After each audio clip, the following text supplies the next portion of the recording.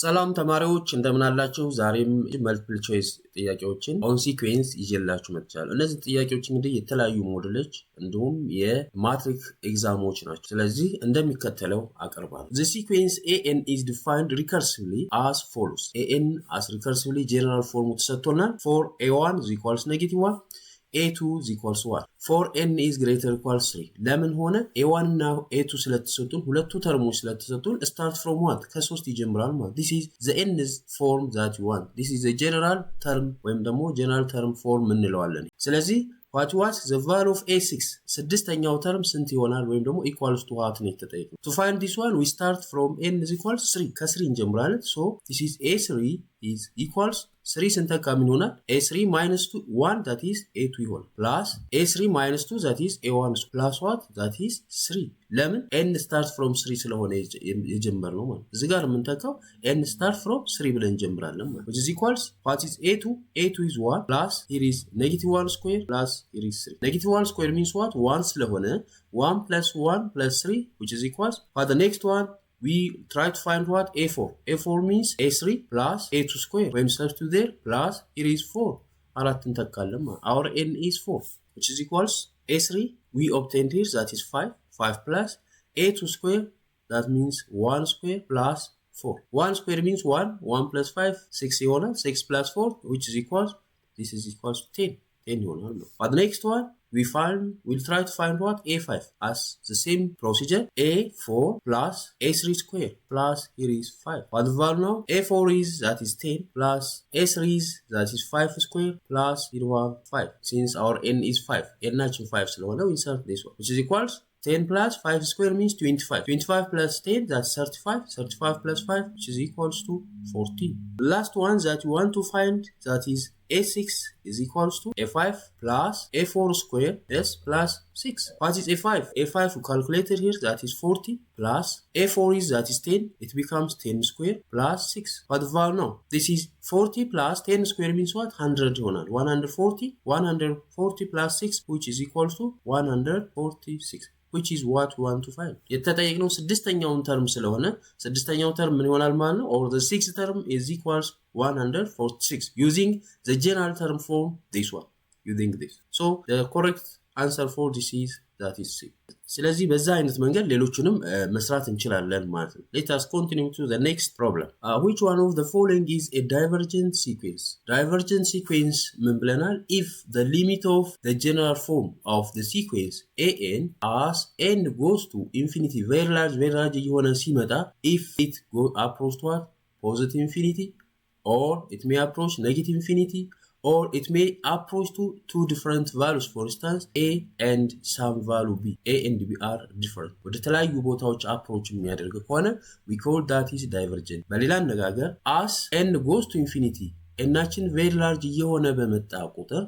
the value that an approach to some fixed value a approach የሚያደርግ ከሆነ if that a is different from positive infinity negative infinity or two different values የሚሆን ከሆነ we call that is convergent እንለዋለን ስለዚህ divergent የምንለው value a ናችን በጨመረ ቁጥር valueችን very large እየሆነ የሚመጣ ከሆነ we call that is divergent እንላለን using this information let us consider the problem that is given የተሰጠውን problem solve እናደርጋለን what wow this is sn plus 1 over n minus this is an so our an for the case of a is equals to 3n plus 1 over n minus what does imply this implies we'll try to find the limit of this an as n approach to positive infinity very large number እየጨመረ ሲመጣ ምን ይመስላል የሚለውን እናያለን solve this limit of this one here we have the degree of the numerator n is what 1 ነው denominator 1 ነው so we divide each term by the highest degree of the denominator እናካፍላለን that means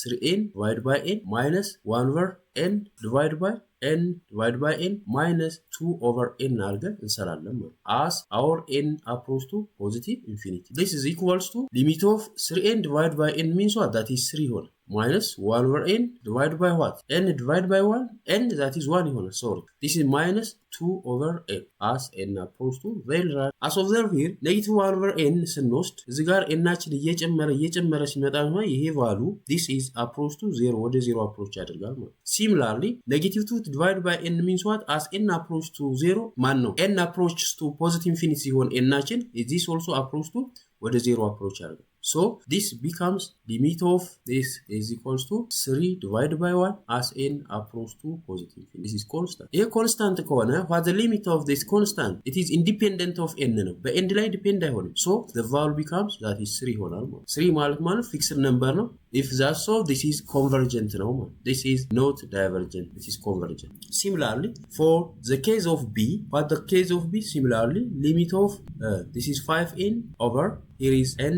minus 3 divided as n approach positive infinity. ምን ይመስላል የሚለው ስናይ as we did here, we divide each term by what? The highest degree of the denominator, the variable n. ለn ስናካፍል which is equals to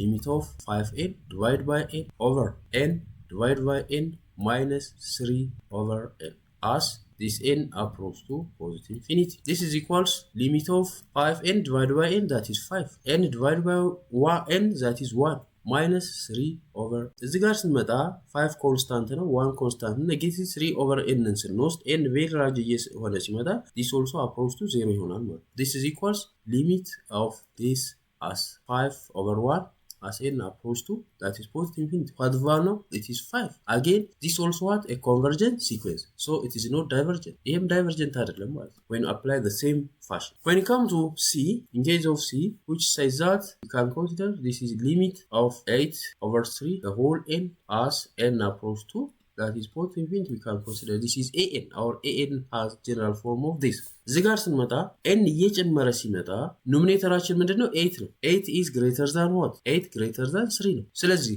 n ሲጨምር የኖሚኔተራችን ቫልዩ ምን ሆነ very large እየጨመረ ይመጣል compared to what the denominator ለምን ኖሚኔተራችን 8 ነው የኛው 3 ነው በሃይስት ተርም ነው የሚጨምረው ማለት በሃይስት ተርም ምን ይሆናል ኖሚኔተራችን ይጨምራል ማለት ለምን 8 ከ3 ስለሚበልጥ what does apply this like that this limit of this one 8 over 3 it is greater than 1 ይሆናል this is equals to 8 ሲካፈል ለ3 ብለን ምንሰራ which is equals twice of 3 that is 6 subtract this one which is equals to take